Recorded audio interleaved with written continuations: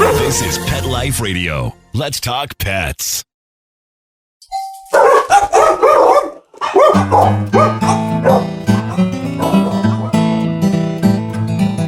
Hey dog lovers, welcome to Have Dog Will Travel. I'm Kristi Vaughn.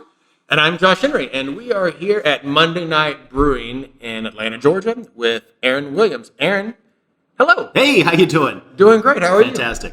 Why don't you please tell us a little bit about what you do here? Yeah, sure. I am, my real title, my official title is brand coordinator / marketing guy. So basically means that I do all the marketing here in the brewery, which basically entices anything from our social media accounts to some of our taproom designs, our label designs on our beers, pretty much everything except for the actual brewing of the beer, because you don't want to drink my beer. It's not We are, I will say, drinking some Monday Night beer, Yes. and it is fantastic. It is delicious. Well, thank you so much. Yeah, our brewers do a fantastic job. They work super hard. And we've got some really good beers on tap, almost 20 here at the brewery. So, we can't complain about the quality of the beer here. It's good. I didn't want to tell you this in advance, but I have a little history with Monday Night. Okay. A few years ago, I produced a short film called Poker Face, a shameless self-plug. Monday Night was like a sponsor, provided some cases of beer because there's scenes where we're drinking beer in the what is that sound?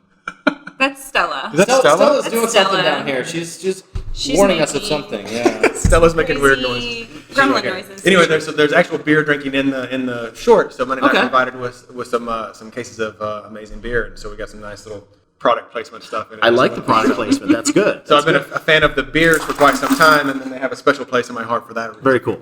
Anyway, we wanted to talk about Monday Night is a dog-friendly brewery, Absolutely. Yes. and so we wanted to get some more information about that. Okay. Kristi, would you like to ask the first question? I sure would. Aaron, tell us, when did you become a dog lover? Oh gosh, you're making me go way back in my memory. I'm an old man here, so they tell me about that constantly here. I was probably in third grade, and I remember this. My dad was in the military and was in the Navy, and we were stationed in Oak Harbor, Washington.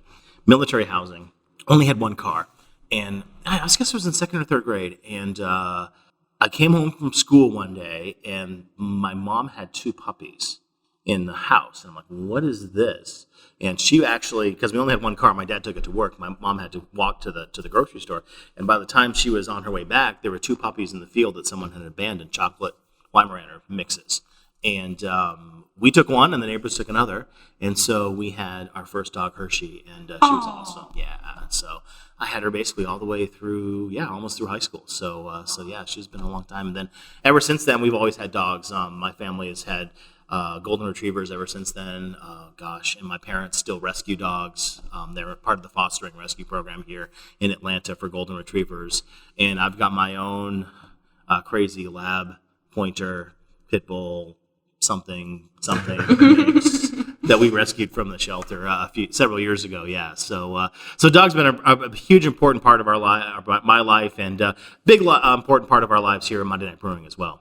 That's awesome. And you covered the second question, which is your current dog. So you only have the one now? Yes, I've only got the one. I've got 3 kids, so I figured that's just enough. So Pepper is my girl. She's best we can guess, about 10 or 11. So she's a little bit older girl, but she's still got a lot of spunk and keep up with my kids, which is a lot of fun. So, and sleeps with my son all the time, all in the evenings, and then has conveniently forgotten the rule that she's not allowed up on the couch anymore. So. Ooh, they do forget that, don't they? They are amazingly, in her old age, she has certainly forgot that. It's kind of taken over. So yeah, that's it. Yeah. Oh, they acclimate to any, they're very giving in to take a mile. Yes. We've been letting Stella on the bed more and more, and now she'll help herself in the middle of the night, She's got to be very sneaky about She's it. a ninja in the middle of the night.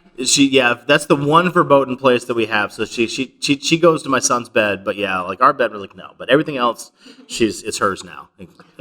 So I'm sure you guys know how that is. Yeah, completely. Definitely. What is your favorite thing about dogs?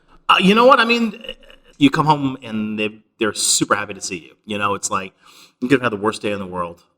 You could have been stuck in traffic for 3.5 hours and all that kind of stuff. But they're just super stoked to see you. All you want to do is play with them. And, my dog loves to wrestle. And so we wrestle for a few minutes. And after that, your day is good. You don't have care in the world. Your stress levels are down, everything like that, and they're just there for you. And my girl is super protective of my kids.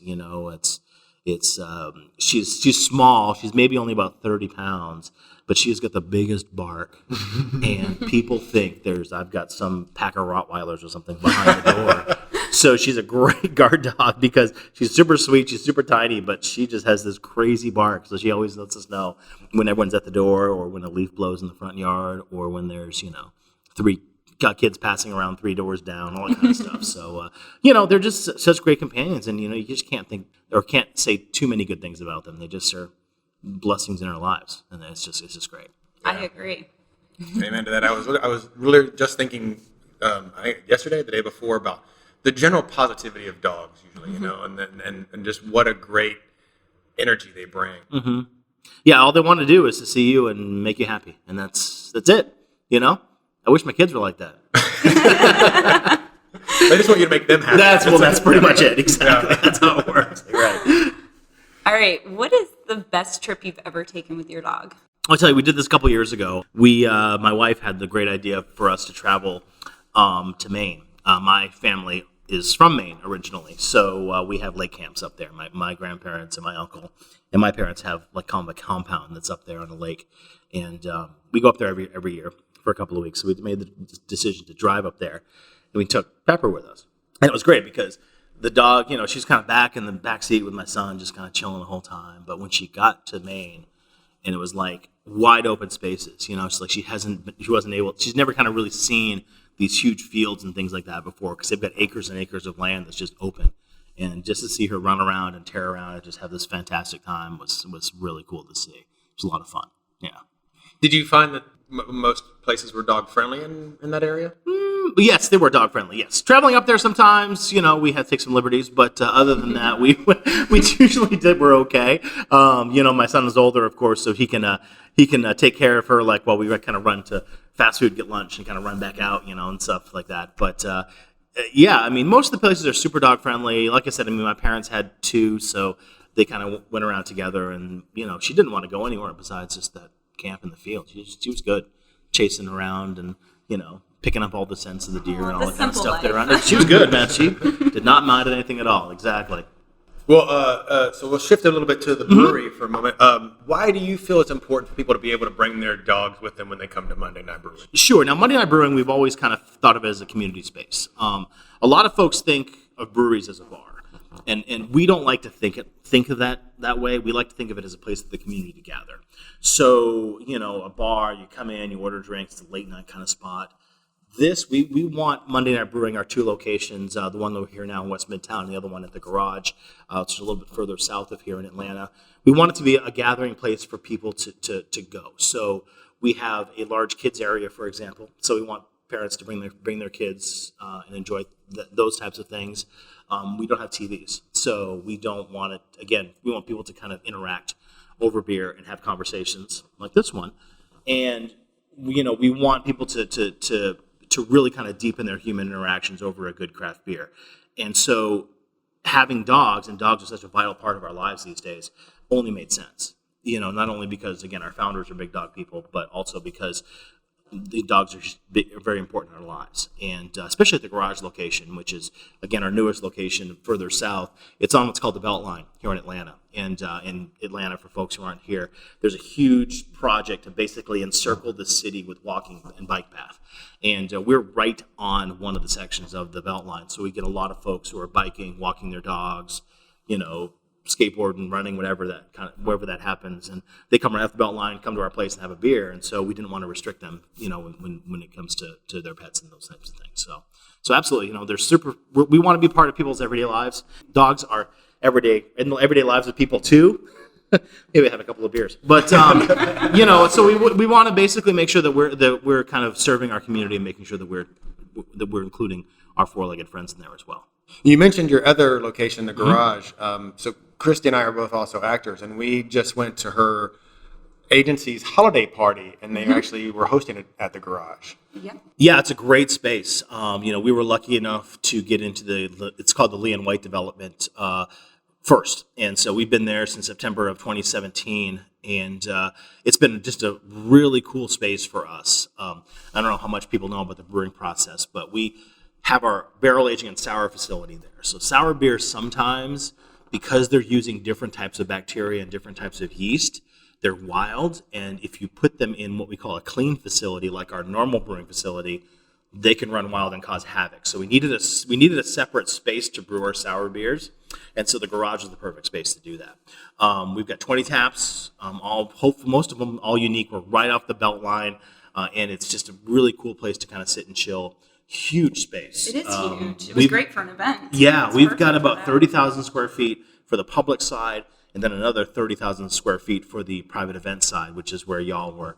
And it's been really fun to see that kind of grow and develop. And sometimes when I work there, it's great because I'll sit there in the front because I like to watch people's reaction when they open the door and come in because they don't expect it.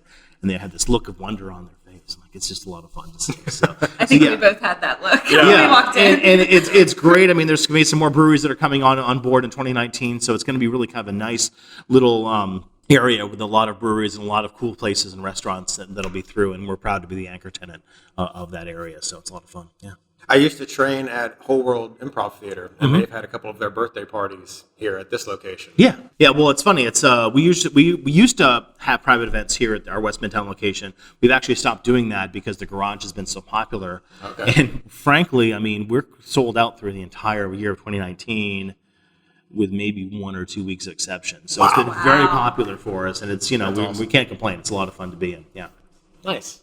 I got to give you credit. If I worked at a brewery, it would be all I could do to not be 300 pounds and fairly drunk all day. I'm close. Especially when you make you got half of it right. No, but seriously though, it's funny because when I took this job, all my friends said the same thing. It's like, you get to drink beer all day? And I'm like, well, no, not really, because if you did, you would just completely useless at your job. And it's actually funny, it's like our brewers make some really phenomenal beers, some award-winning great beers, and they're big, high-gravity, 8, 10, 12% stouts and IPAs and those types of things. But our brewers, all they do is they drink our low ABV, 4 or 5%, little pale ale that we do, because obviously, I'm like, you can't be working around heavy equipment all day long, and be buzzed. So it's funny. I actually drink less beer now than when I was in before I came to work here, because it's all over the place, and so we enjoy one. Like that's my goal usually at the end of the day, like around 3 or 4 o'clock. I'm like, I just need a brain break. I just walk out, grab a beer, do a lap, come back in, and have my beer, and finish out the day. And that's how I usually wind up things. My job doesn't suck. I'm going to tell you right now. It's not. It's not. You play with dogs and you drink beer. I am not going to complain about it. No, I definitely can't. No, that totally makes sense too. Because when you get inundated with a thing, or if it becomes work, then it doesn't. It starts to have a little bit of a less need to do it all the time. Exactly. Exactly. I would imagine it'd be the same way. If someone worked for Xbox and their job was making video games all day, it's like they would probably never go home and play video games. Right. Exactly. All they did at work. It's the same. What's thing. the old story about the clown that goes home and never smiles? Yeah, or the cobbler's kids have no shoes. Right. Something like that. Exactly. That's what it is. Exactly. That's what it is. Totally makes sense. But I'm my dad's best friend now because he just says, I need some beer. I'm like, all right. So I keep him in supply. You have a lot of best friends. I do. They do. I do get hit up quite often, actually. I get a lot of texts, yes, from people, so that's good. Well, what do you think makes Monday Night the best brewery in Atlanta for dogs? Because we're dog people. I mean, it's super easy. All of our, again, from our founders, but also our taproom managers, our staff that work in the taproom, we're all dog people. Every one of us, as far as I know, all have dogs. We like to bring them in on occasion.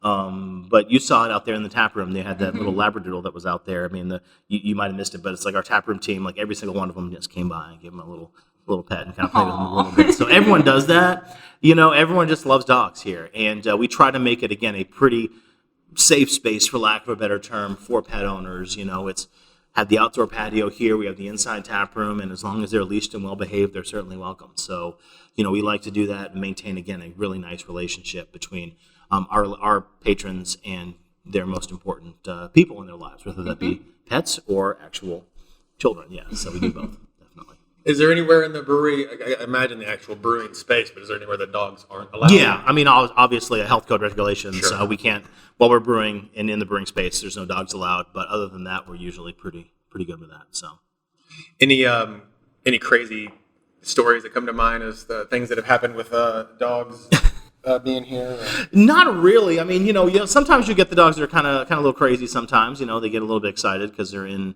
They're not a as room well with a bunch behaved of as their people. parents think they Correct. are. That does happen sometimes. We do ask them to leave, but it's funny. Actually, this is funny. We've got our quote unquote guard dog. One of our co-founders, Jonathan, has a pit bull named Eden, and honestly, if you didn't know her, she looks pretty intimidating. She's just like, again, classic pit bull, built, muscular, just dense.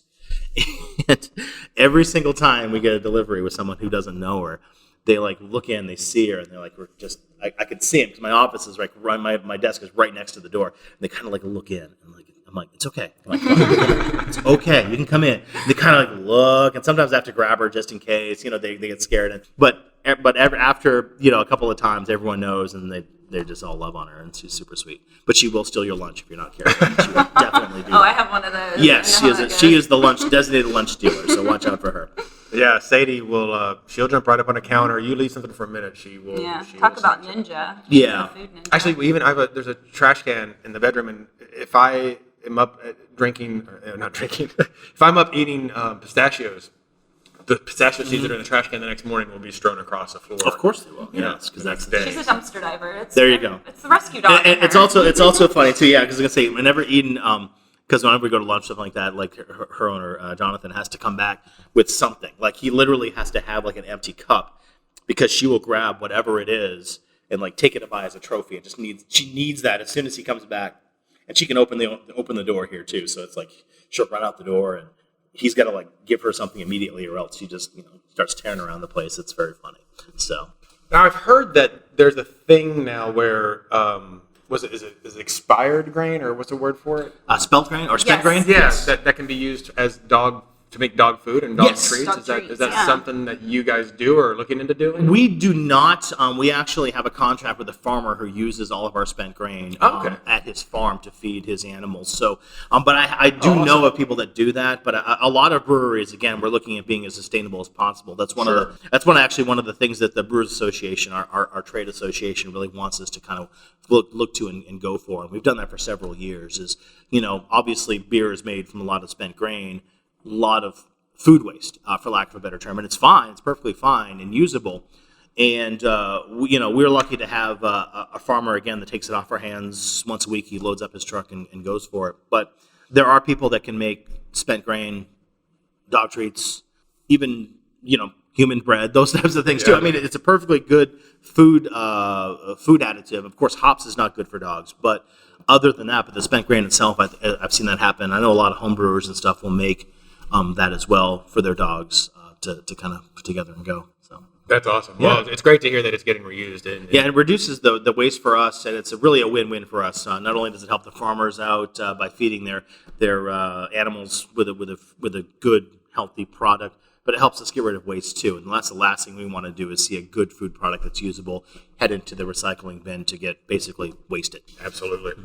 Well, that was very informative. Thank you. We didn't know all of that, so thank you for explaining it. I try. Thank you very much. Yeah. Can you tell everybody where they can find Monday Night? The Yeah, two absolutely. locations? Yeah, sure. Super easy. MondayNightBrewing.com is our website. Of course, we're on Facebook and the Instagrams and the Twitters is what the kids say. Easiest place. We have 2 tap rooms open in Atlanta. We have one in West Midtown off of 17th Street in Howell Mill.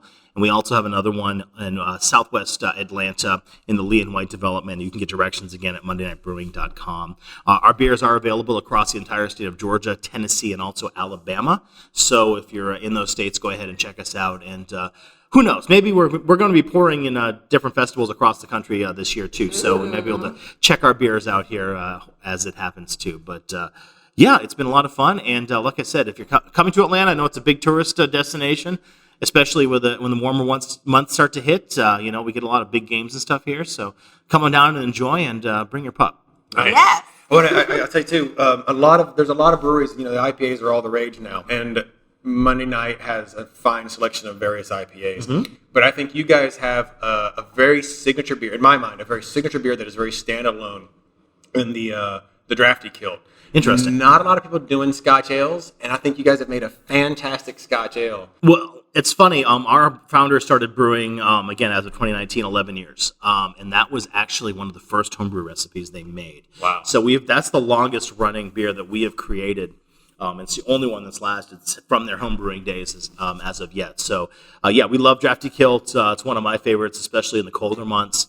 And we like to kind of do a bunch of things with it. It's very easy to kind of add what we call adjuncts, coffee, vanilla. The nitro is deadly because that stuff goes down so smooth. Exactly. And it's a fairly high ABV. Yes. So it's kind of it's a really fun beer for our brewers to play with, and we certainly do that quite a bit as well. So nice. So I appreciate that. Thank you. And before we go, can we talk about the beers we've been drinking throughout the episode? Absolutely. So I'm drinking this delicious pomegranate. Yes, sour, pomegranate. right? Yes. And that is again what we call a kettle sour. Super easy, super low ABV. I believe it's a 4.8, 4.9%. So Which is perfect for a lightweight like myself. Exactly. we put Who fresh loves sours? I'm one of the weird ones who loves fresh sours. pomegranate puree in there as well. So it really kind of makes that a nice touch. It's delicious.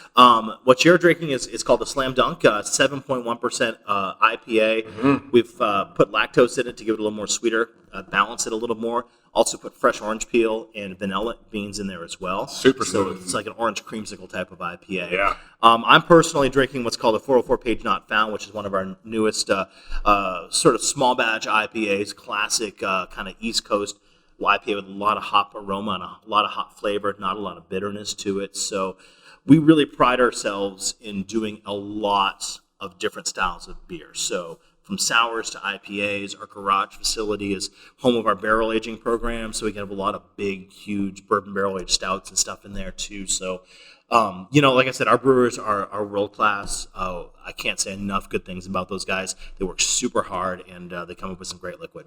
Yeah. Okay, because I have to know, I've been wondering, who comes up with the names? The names are so clever, they're punny, which I love. Marketing department. It's great, actually. So I wish I could take all the credit for it. But actually, my boss, our chief marketing officer, Jonathan Baker, and our brewmaster, Peter Kylie, sometimes they'll sit down and they'll basically drink the beer and just have a rap session back and forth, a brainstorming session, and come up with these crazy names. That sounds like fun. It's not a bad deal. They won't invite me to them yet, but that's okay. I'm getting there. And but yeah, so literally we have pages and pages of names. We love wordplay. We love just doing some crazy stuff with that, and I do appreciate that. Thank you. Awesome. Aaron, thank you so much for your time. Anytime. It's been great being here. Absolutely. And folks, come check out Monday Night Brewery and bring your pup and have a great time. So remember, if you want to take Fido on a trip, but you're worried it could all unravel, Just listen to us. Have Dogville travel. Let's Talk Pets, every week on demand, only on PetLifeRadio.com.